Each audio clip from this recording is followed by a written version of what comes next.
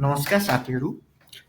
आज हामीले यो घर जग्गा क्षेत्रमा प्रयोग भइराख्ने विभिन्न शब्दहरूलाई विस्तृत रूपमा बुझ्ने र बुझाउने कोसिस गर्दैछौँ। आजको पहिलो शब्द हो जग्गा, जुन यो हाम्रो घर जग्गा क्षेत्रमा सबैभन्दा बढी प्रयोग भइराख्ने शब्द हो। जग्गा भन्नाले कुनै निश्चित क्षेत्रफलमा रहेको भौगोलिक भूमि जनाइन्छ, जुन व्यक्तिगत वा संस्थाको स्वामित्वमा हुन्छ। जग्गा कृषि प्रयोजन, आवासीय निर्माण, व्यवसाय वा औद्योगिक प्रयोजनका लागि प्रयोग गरिन्छ। नेपालको सन्दर्भमा जग्गा अचल सम्पत्तिको सबभन्दा मूल्यवान साधन मानिन्छ। नेपालमा जग्गा खरिद बिक्री गर्दा लाल पूर्जा अनिवार्य कागजात हो, जुन जग्गा सम्बन्धी कानुनी स्वामित्व प्रमाणित गर्दछ।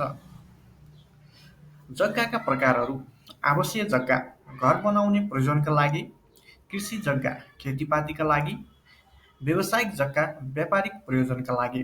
महत्त्वपूर्ण पक्षहरू: जग्गा खरिदअघि सर्वे नापी तथा लाल पूर्जाको जाँच आवश्यक छ। स्थानीय मालपोत कार्यालयमा नामसारी गर्नुपर्छ। यो हाम्रो जग्गाको तस्बिर। यसलाई मजाले ध्यान दिएर हेर्नुहोला।